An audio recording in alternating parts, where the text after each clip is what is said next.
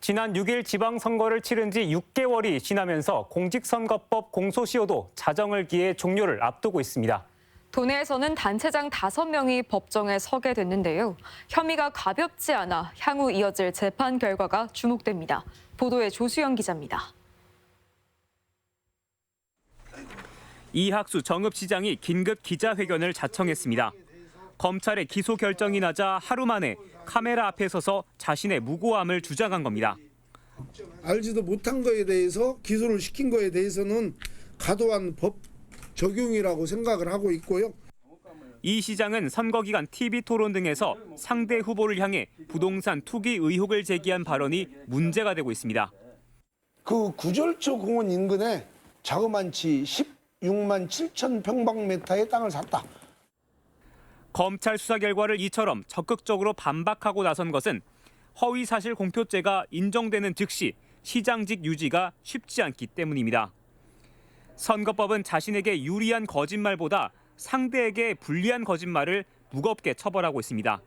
이 시장의 경우 혐의가 인정된다면 상대에 불리한 거짓말을 한 셈입니다. 500만 원 이상의 벌금형이 규정돼 감경을 받더라도 100만 원 이상의 당선 무효형을 피하기 어렵습니다. 속을 태우는 단체장은 이 시장뿐만이 아닙니다.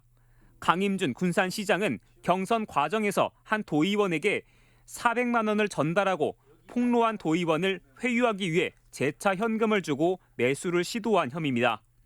대법원 양형 기준을 보면 당내 경선 관련 매수죄의 경우 기본 4개월 이상의 징역형으로 벌하게 돼 있습니다. 돈 전달과 회유 과정에 측근 3명이 공범으로 가담한 혐의도 있어 모두 인정되면 형량이 가중될 가능성도 배제할 수 없습니다. 다른 단체장은 자신에게 유리한 발언이 도마에 올라 재판에 넘겨진 경우입니다.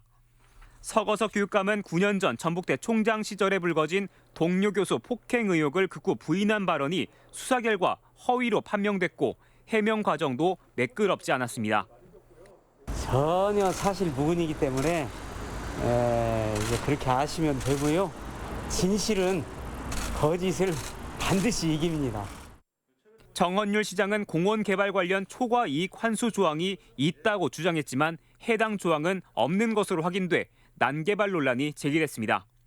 최경식 남원시장은 소방학 박사학위를 명함 등에 다르게 기재한 혐의로 단체장 가운데 가장 먼저 법정에 섰습니다. 한편 수사선상에 오른 단체장 대부분이 공소시효가 임박해 기소 여부가 결정됐고 일부 수사는 그 결과에 불복할 기회까지 사라지면서 검찰이 봐주기식 늑장 수사를 했다는 비판도 나옵니다. MBC 뉴스 조수영입니다.